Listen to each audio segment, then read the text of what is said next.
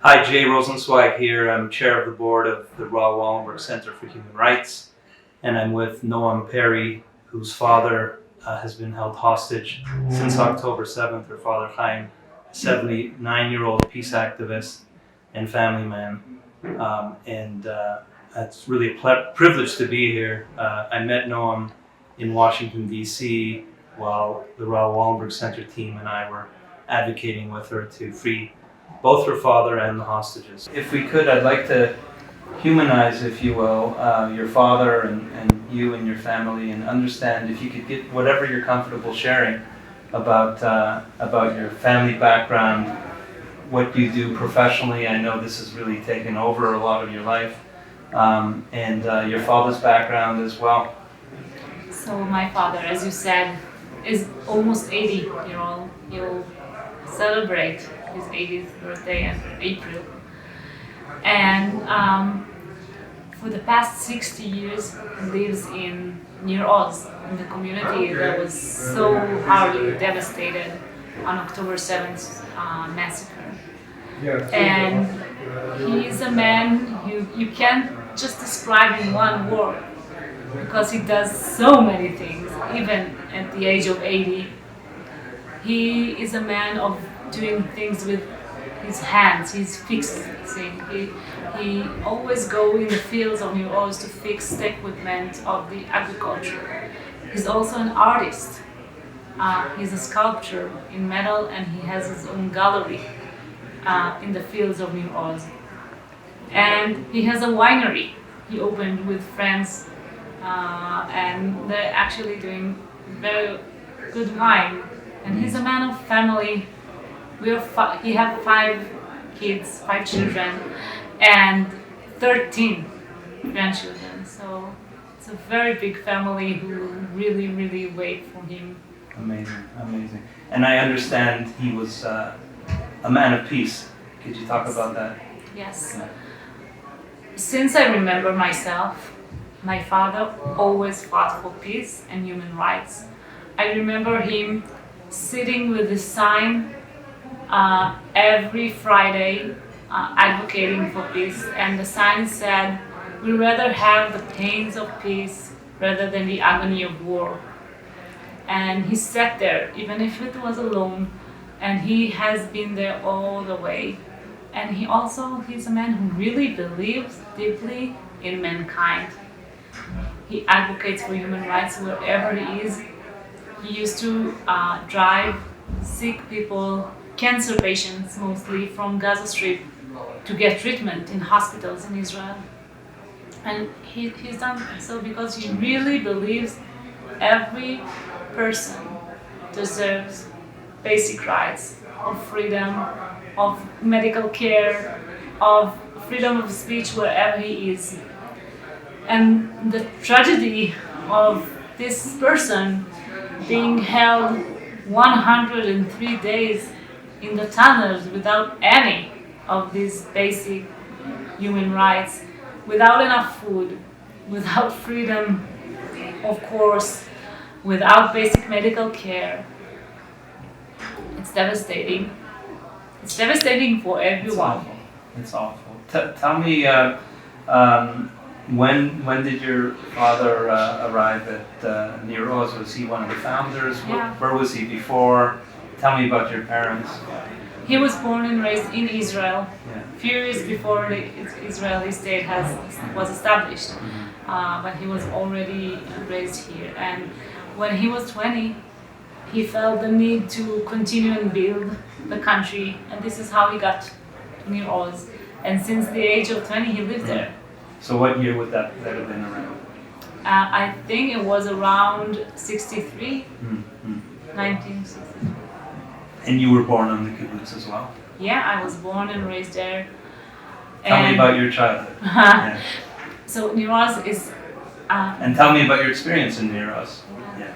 It's a small community. Everyone knows each other. And it's a very beautiful place. It's in the desert, but it's like a botanical garden of itself. It's a very beautiful place, a green place, and very quiet and peaceful. It's one of the places we can actually hear the birds. And this is how I grew up there. It was so simple and nice, and this is how I remember this. And the tragedy of this, like the flip side of this Right. now, is that The irony of it all. yeah, you know that we said in numbers 77 people from Near Oz were kidnapped, and I know almost each and every one of them.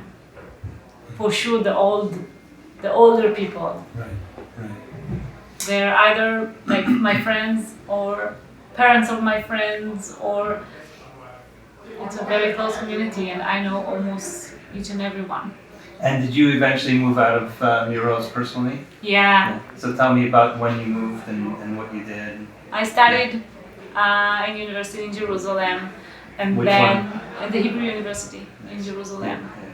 And then I moved working in Tel Aviv, so I needed to live closer to Tel Aviv. I work at Google, and fortunately, we haven't stayed in Euroz because there is no one in Euroz that was there on October 7th, and we're left untouched.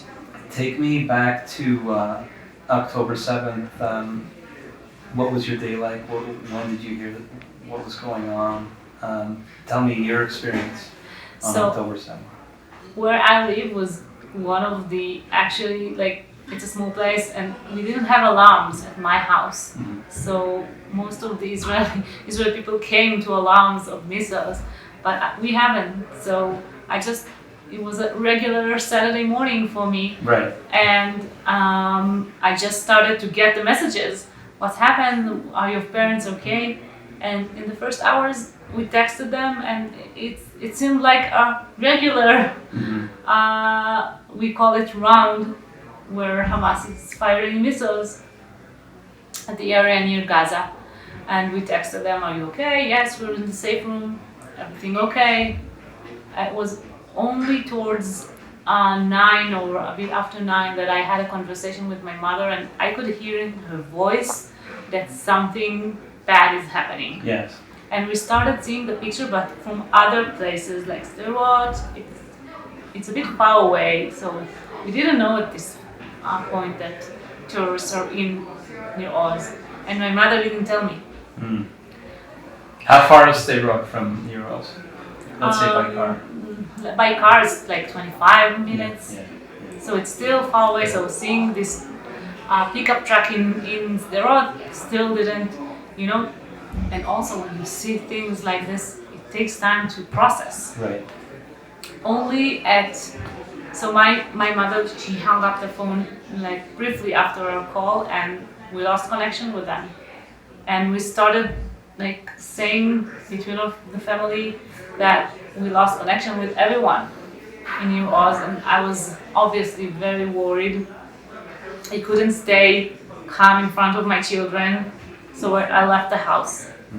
And it was towards 11, I think, that I saw the video of a reporter, so-called reporter from Gaza, standing in Near Oz and reporting while terrorists, I didn't know that they're terrorists, but clearly people are shouting and driving around him. And only then I started to understand something is really happening in Near Oz. And soon afterwards, just a few minutes afterwards, I got a text message from my mother. And this text message was saying, Dad has been kidnapped. And where was your mom at the time? So she wrote us, Yeah. Dad has been kidnapped. Yeah. I'm here all alone at the safe room. I can't talk right now. And she shut up the phone again because she was still hiding. There were still terrorists running around. So this is how we got the news, and it, like, I think 3 or 4 hours more had passed until the army got to my mother and rescued her. And so your mom and dad were separate? No, they were in the same safe room, but the terrorists only took my father. Wow. They only took my father because he saved my mother. He saved her. when the terrorist was able to break the door, he just pushed Just him went. away. I He understand. pushed him away. Mhm. The terrorist got scared. He ran away for just a few minutes. But in these minutes, my mother found a place to hide, and then they came back and took him. And they didn't see her. She was just there behind him, just 1 or 2 meters away. So tell me a little bit about what your life has been since October 7th. You mentioned you worked at Google. You work at Google. Are you able to still work and advocate? Like, tell me. I'm sure everything is turned upside down. I think it's for all family members. We're, wanting or unwanting, we're just devoting all our time and energy for this. You know this because we've met in Washington, and I'm traveling the world. I'm advocating in my country, with my government, with the public, interviews, and I do whatever I can. And it's a 20 hours a day, I would say, job. And we're here in Davos, which I forget if we mentioned yet. So really, wherever you can be to advocate, you're there.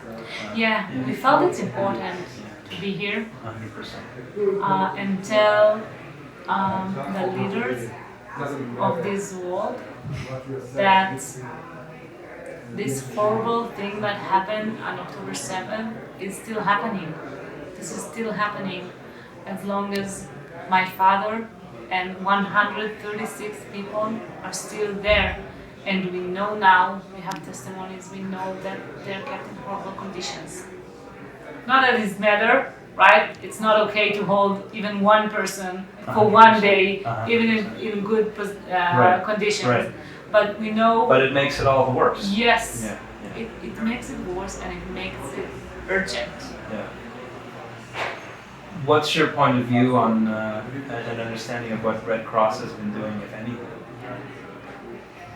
So I came to learn that first, Red Cross does not really have any lever on Hamas.